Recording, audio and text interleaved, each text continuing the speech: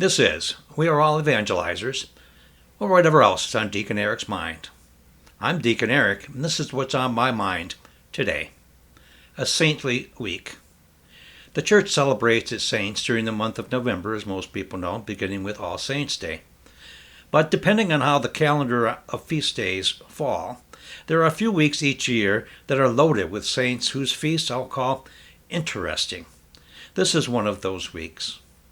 In a bit of irony, Monday is the feast of St. John Vianney, who is the patron saint of parish priests. The irony is that Mondays are off days for most parish priests, so you may have to hunt down one if you need one. What makes St. John such an interesting saint is that he was not considered a bright student at all, especially when it came to Latin, in which all seminary courses in the 19th century were taught.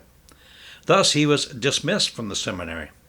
But with a strong call to the priesthood, he found someone to privately tutor him and eventually passed all the seminary exams.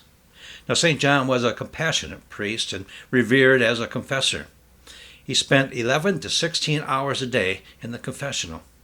A penitent would be hard-pressed to find a sin to Father John that the priest hadn't already heard. On Friday, we honored the great St. Dominic, founder of the religious order known as, not too surprisingly, the Dominicans. In the early 13th century, they were traveling preachers whose main charge was to combat heresies. Today, Dominicans are considered a teaching order. St. Dominic is credited by many with the invention of the rosary, but current scholars disagree with that, although they do give credit to Dominicans for having spread this prayer of our Blessed Mother throughout their ministry. On Saturday, we honor St. Teresa Benedicta of the Cross. She's also known as Edith Stein. She was a convert from Judaism. And though she converted to Catholicism in 1922, she was identified by the Nazis as a Jew during World War II and died in the gas chamber at Auschwitz.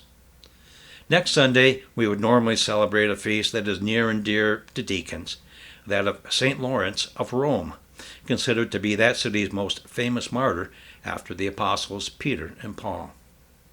Unfortunately, it falls on a Sunday this year, and thus is superseded by the 19th Sunday in ordinary time, according to church order.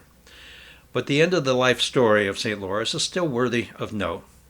He was a deacon to Pope Sixtus in the 3rd century, and he had a great affection for the poor. Tradition holds that just prior to their deaths, Lawrence was ordered to surrender the church's riches to Rome. Lawrence assembled the poor and gave them the church's valuables. He did so because he considered the poor to be the church's real treasure. The story of his death is that he was roasted on a gridiron. But after a while, he asked to be turned over, stating, "I'm already done on this side." And thus he handed down to all deacons a sense of humor. Right, Jerry? This is We Are All Evangelizers. I'm Deacon Eric, and that's what's on my mind today.